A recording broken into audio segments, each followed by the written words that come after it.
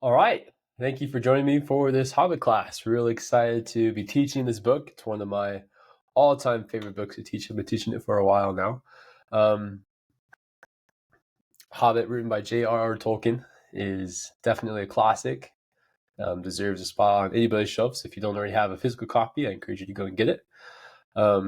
Especially if you're taking this class, you ought to have a copy of the book to read along. But where should we get started? I think a natural spot would be the first chapter, correct? The unexpected party where we meet Bilbo and our protagonist and Gandalf, our mention figure, and a bunch of dwarves in a rather uncomfortable fashion, as Bilbo might think.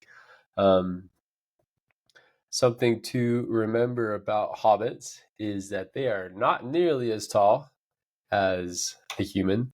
They're actually described as being half as tall, tallest ever recorded, being 4'5", but most of them being more in the 3 foot something range. Typically beardless, which we could draw a parallel between them and the elves, who are also generally beardless.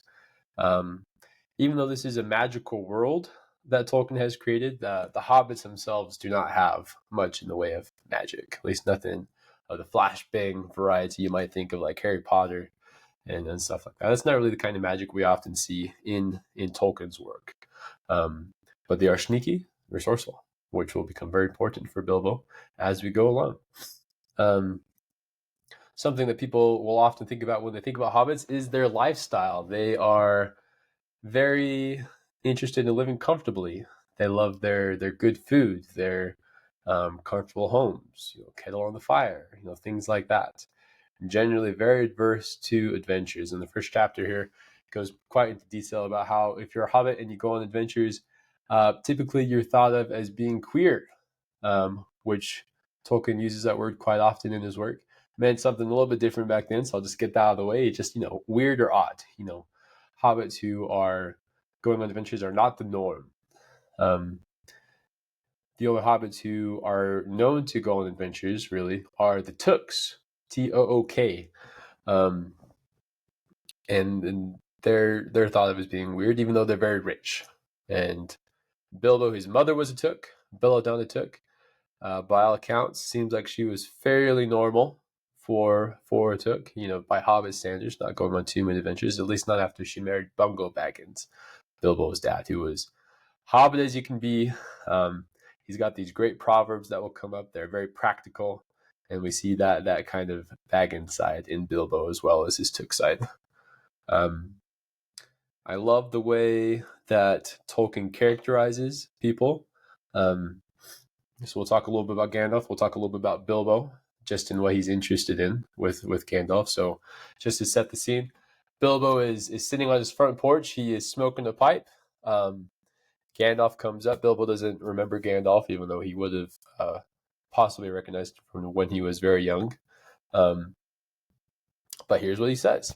Gandalf, Gandalf, good gracious me, not the wandering wizard that gave old Took a pair of magic diamond studs that fasten themselves and never came undone till ordered. So first thing we learn about Gandalf from this little section is that he's got some magic about him. I already said that there's not a lot of flashbang, but apparently there's diamond studs or buttons that aren't going to come undone if ordered. At least that's a possibility in this world.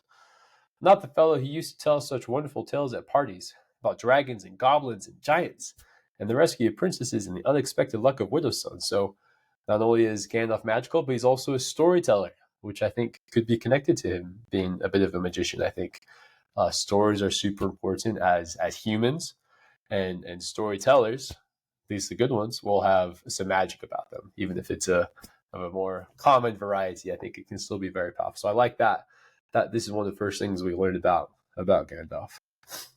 Not the man that used to make such particularly excellent fireworks. I remember those. Old Took used to have them on Midsummer's Eve. Splendid. They used to go up like great lilies and snapdragons and laburnums of fire and hang in the twilight all evening. You'll notice already that Mr. Baggins was not quite so prosy as you like to believe. Also that he was very fond of flowers. So I want to talk about that word, prosy. You could recognize that as being related to the noun prose, which we'd usually think about as being like regular text or regular writing. Some might say that it's a little bit more boring, but I don't think that's necessarily always the case. But it's usually thought to be the opposite of poetry. So from this, I think we can think about prose as being related to Bilbo's Baggins side, his father's side, and poetry, more flowery language. We might get some more literary devices. It might be a little bit more fancy on the edges, maybe a little bit more out there, you could say. I would relate that to his Took side. So when it says he's not quite so prosy, he thinks he's a normal hobbit. He thinks he's a Baggins through and through. But really, there is this poetical side to him. There is this Tookish side to him, which will come into pretty heavy play throughout the story. Just to go back to poetry and prose, one way that I've heard that helps me to think about it is that prose is like regular, you could relate to regularly speaking, and poetry, you could say it's like singing. So like you could still have the same words, you could still have the same literary devices and same fancy things going into it, but it's kind of the attitude. So you might think of his Baggins and his Took side as being completely opposite, but I don't think that's quite the case.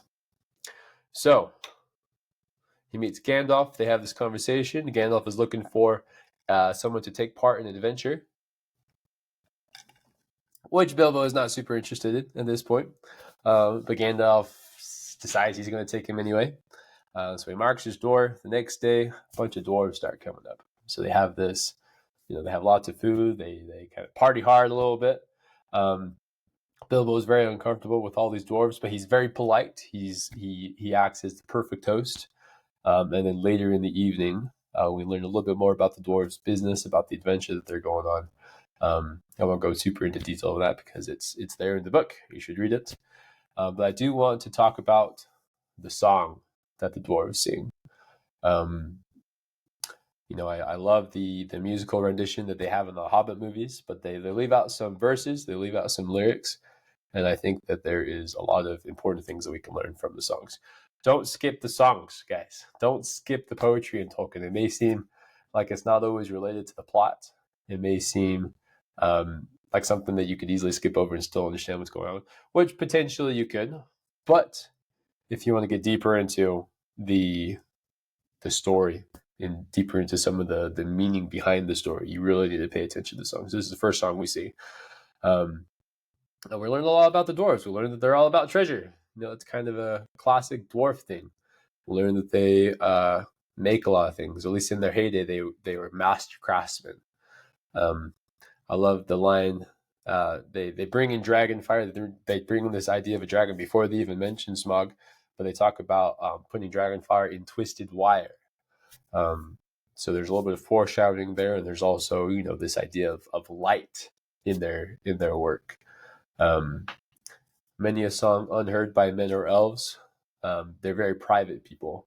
They don't share a lot of their deep inner thoughts with other races. There's even a special dwarvish language that they speak only with dwarves, and they don't teach to anybody else. Language is very important to Tolkien.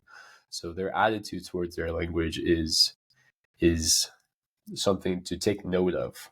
They're very secretive about their language. They're very secretive about themselves. There's a lot more we could get into that song, but I'm going to leave that up to you guys. Maybe a later lesson, we could talk more about some of the things that go into their songs, but those are kind of some of the things I wanted to talk about for this lesson. So going back to thinking about Bilbo's Baggins and Bagginsitions Took side, we're going to be paying attention to this throughout the book. Right now, mostly he's a Baggins, right? He is not wanting to go on this adventure. There's some little things that maybe tip him into wanting to go over into the adventure, but he's not there yet. He's, I would say, 90% Baggins, maybe 10% Took. And the Took comes out very strongly when that song is sung.